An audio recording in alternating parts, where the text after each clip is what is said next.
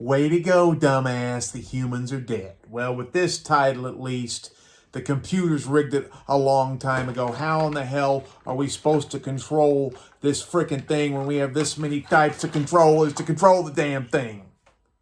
I think we got a problem today. Hola, childs. It's time for Funkmaster V's getting hip with the Atari 7800, where Funkmaster V, musician, ghost hunter, hat flipper, pro wrestler, and comedian takes you on a tour of all things cool about the Atari 7800. Are you ready to get your groove on? Because it's about to get funky up in here.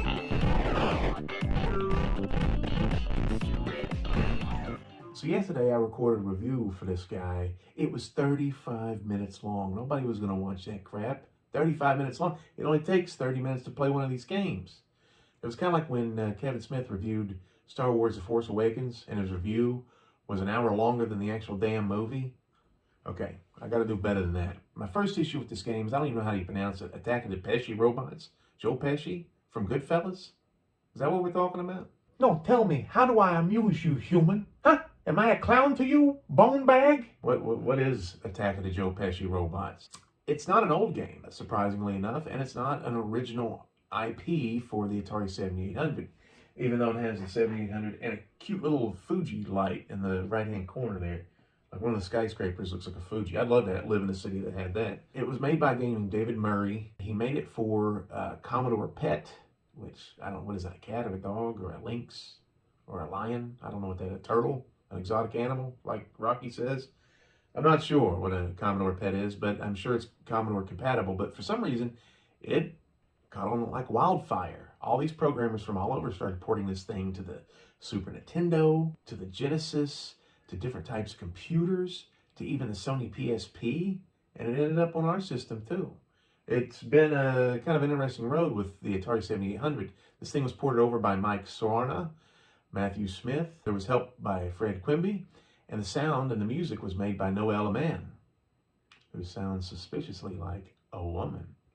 How you doing, Noel? They made this game pretty quick for how big this game is. In fact, in the instruction manual, they boast that this is the most advanced 7800 game of all time. Sit down, Ricky and Vicky. Playing the game, I can see where they're coming from. There's a lot going on here. It's pretty impressive. What would you call it? Is it a shooter? You got guns. Is it a puzzle? There's puzzles. Is it an adventure? It's kind of creepy, and you're creeping around going, what's next? But I would almost call this a survival horror game more than anything. You start off with no weapons, and there is a robot horde, kind of like zombie hordes, that are dangerous, and they're hanging around you, and you got to figure out how to defeat them. It's not a shooter, really, because you have two guns in the game. One is a pistol, and it has the power of a beam fart. It does nothing. The other gun is a plasma gun. Sounds cool, right, kids? But it is cool. It's too cool. It's too dangerous. It almost blows up everybody on the screen, including yourself. So that's not good. So they did that on purpose, so you have to figure out how to defeat these robots. And there's clever ways to do it. And that's kind of fun to horse around with as you're traversing the landscape, is trying to figure out how to get these guys knocked out. You have three main gadgets. You have an EMP, which disables all the robots on the screen for a short time.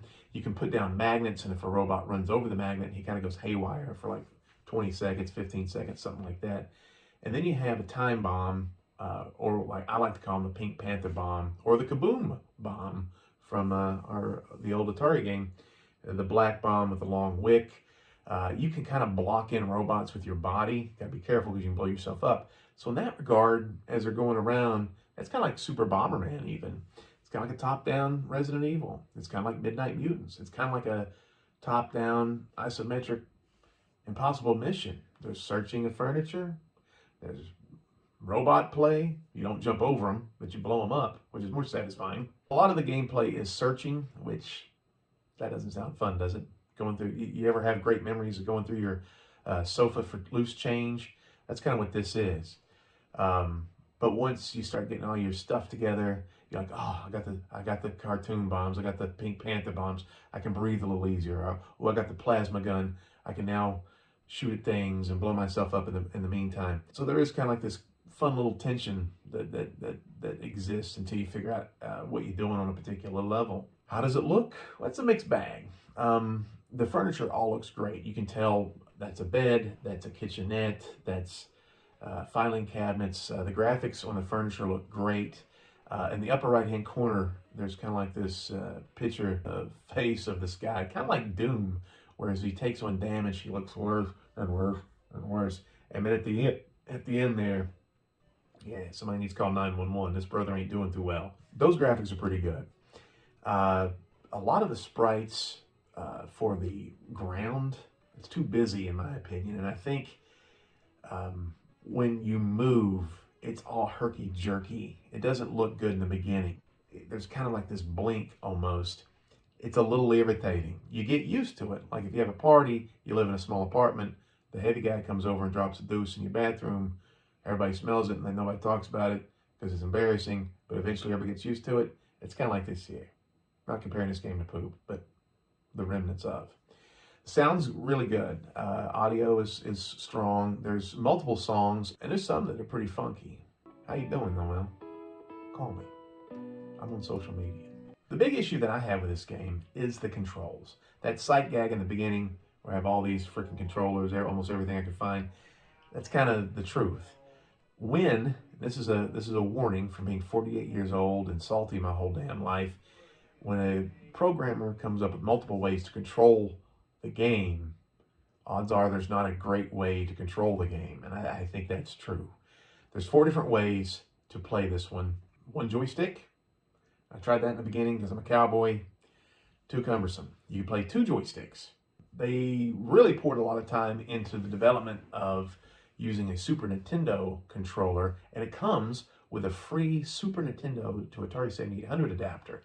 That's cool and fun, but I didn't like how that looked in the instruction manual, how they wanted you to control it. I'll have to find my Super Nintendo controller. I know it's somewhere around here, but I chose the Pro Line and the keypad. You remember the keypad from Star Raiders, the push button gimmick? Well, I like that way the best. In fact, if anybody out there with an Etsy store, you want to make a couple of overlays for this guy, I would buy 3 or 4 of these just for the hell of it. Because I enjoy playing that way the best. On the keypad, you can bring up the map. You can shoot in different directions. You can run in one way and shoot in the other way. You can hit all the buttons and bring up all the gadgets. It's still, imagine holding a joystick and a keypad in your lap and your wife's yelling at you and you got a Diet Coke. It's kind of jittering on the edge here. It gets kind of convoluted, but it's not bad. It's okay. I would say most people would prefer the Super Nintendo controls, but I don't know. I'm an odd duck, so I like that. Quack.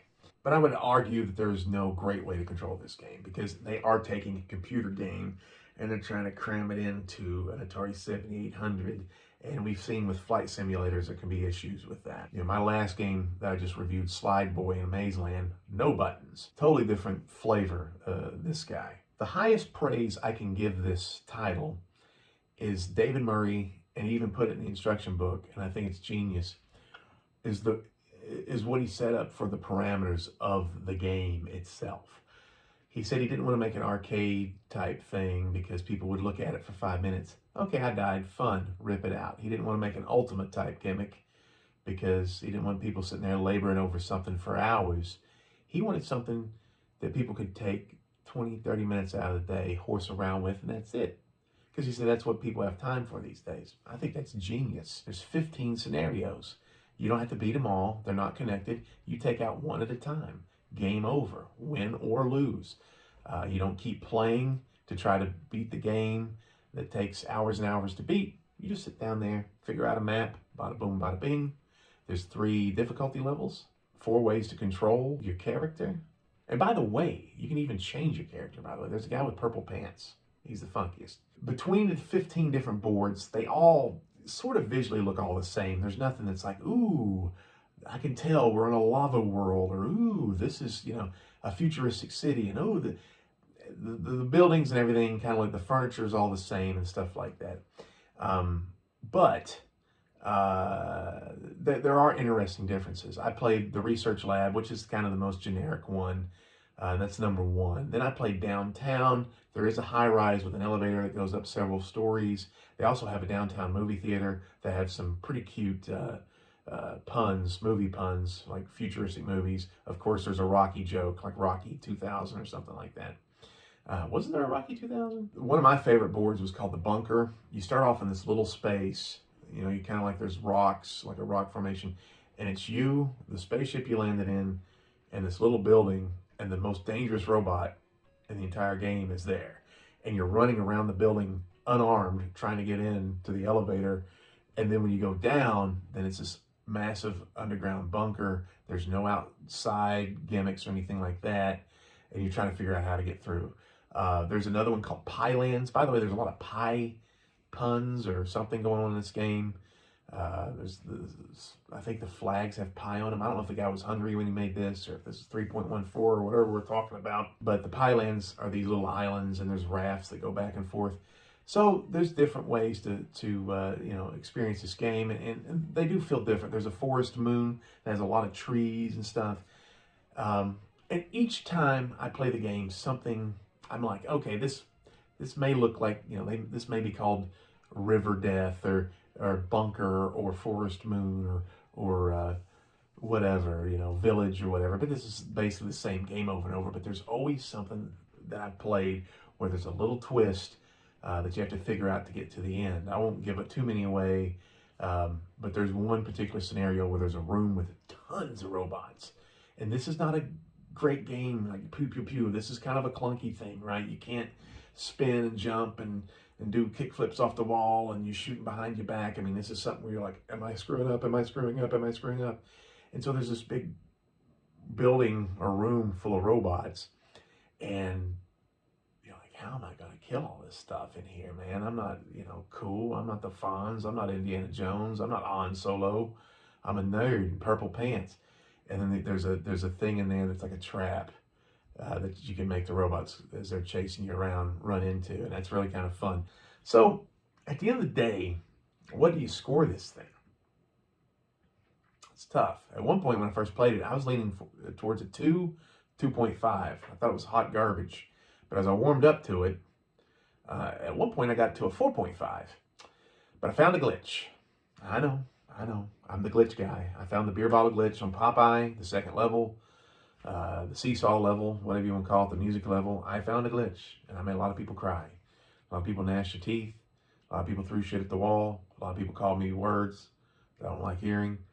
But I found a glitch on this one, and it's when you play with the keypad. At the very bottom of the keypad, it's the middle button on the bottom row. There is a button that for some reason selects different gadgets.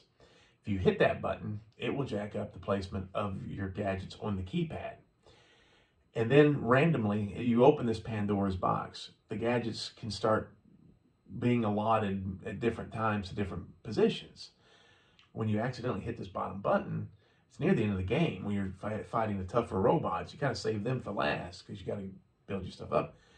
And you're going to screw yourself up because you have limited resources. It's confusing, and you're going to kill yourself.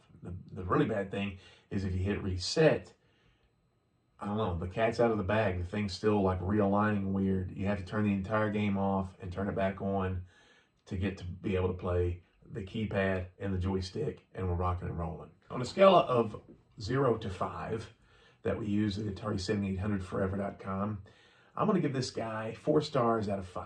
Wait a minute. Do we use stars? 4 numbers out of 5. It's pretty good. In fact, it's called very good on the website. I know a couple people that play this game that absolutely hate this game, and I would say there's some people that would give this a 5. So I do think mileage will vary per user. I appreciate that it's a breath of fresh air, and there's no game like this on the system. So I'm losing my voice, so I'm going to stop talking. But Noel, you got my number, baby. Give me a call.